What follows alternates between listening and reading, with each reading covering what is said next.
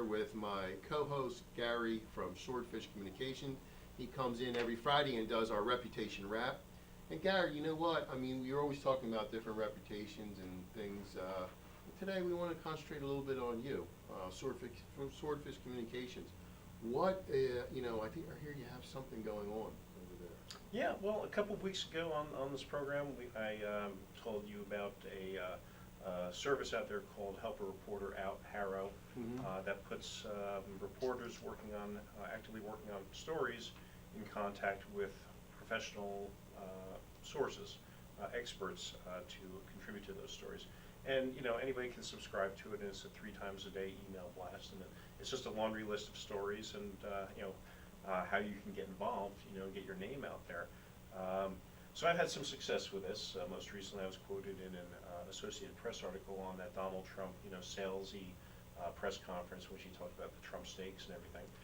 And so I've launched the service now because I don't think there are a lot of people who know how to fully exploit HARO and gain that benefit. So while this is something that I do for all of my current clients that I work with, it's a part of what I do. I'm offering a service, kind of a standalone service for non-clients. So they can come on board with me just for a service called HARO Monitoring, where I will be their eyes and ears. I will check those emails regularly through the filter of their business or their industry. Say you're an IT professional or a prosthodontist or an interior decorator. Anytime there's a request coming over the transom for one of those types of experts, I'll say, hey, Miss Interior Decorator or Mr. Interior Decorator, here's a good opportunity for you. If you can answer these questions, give me a few bullet points. I'll craft an email and get back to the reporter within that deadline, and using my inside know-how of how reporters operate and how HARO operates, hopefully we'll get you some coverage. Now, there's no guarantees, because these reporters who put out the requests might get dozens, if not hundreds, of responses to any given inquiry.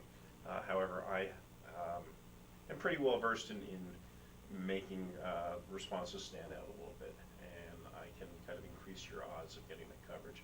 And then I'll come back and I'll follow up with a reporter in that media outlet and see if that is used, because sometimes they'll actually use your input without telling you ahead of time. Right. Most of the time they'll be nice and send a link to the article if they included you, but sometimes they don't.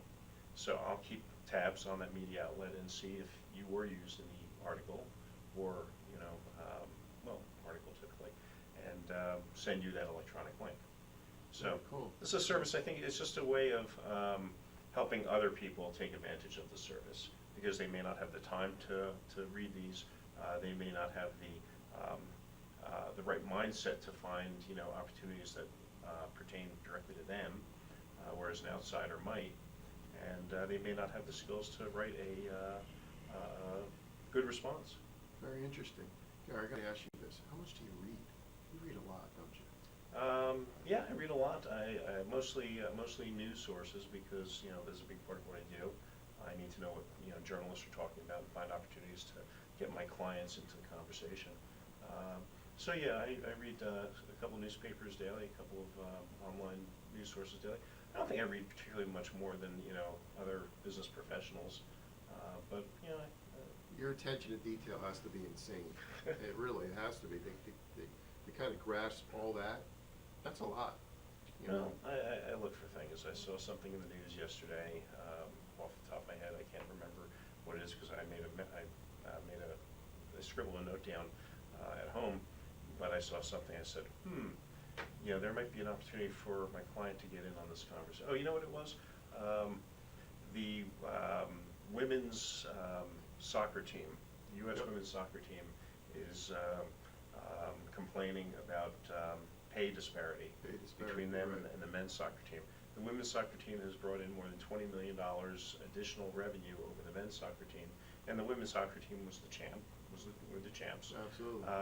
Yet they're being paid $2 million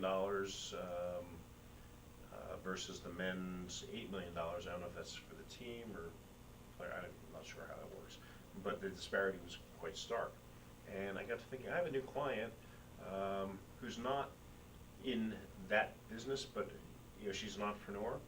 But she's a former soccer star, and she's in the Boston College Sports Hall of Fame.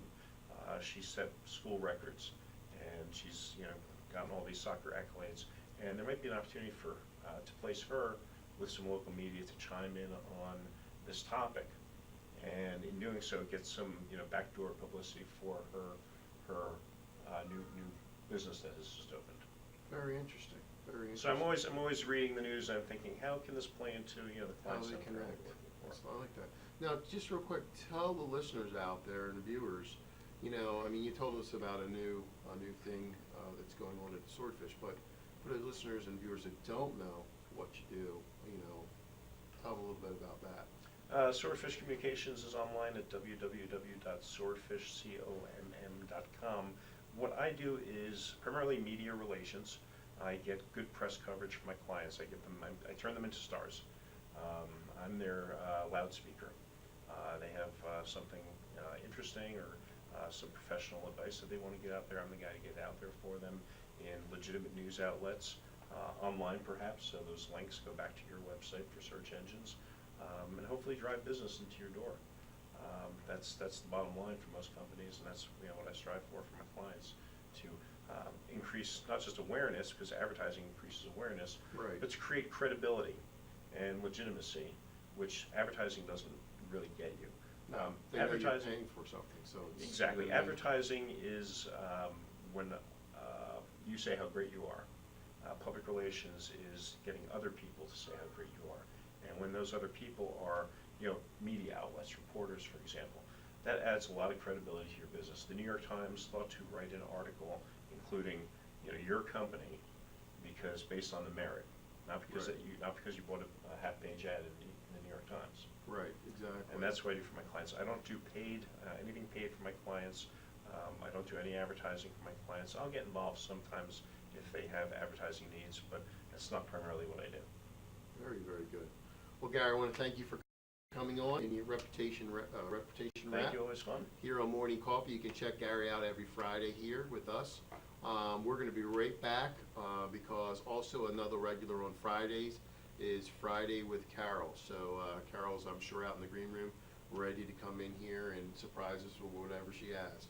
So we're right back after this commercial break.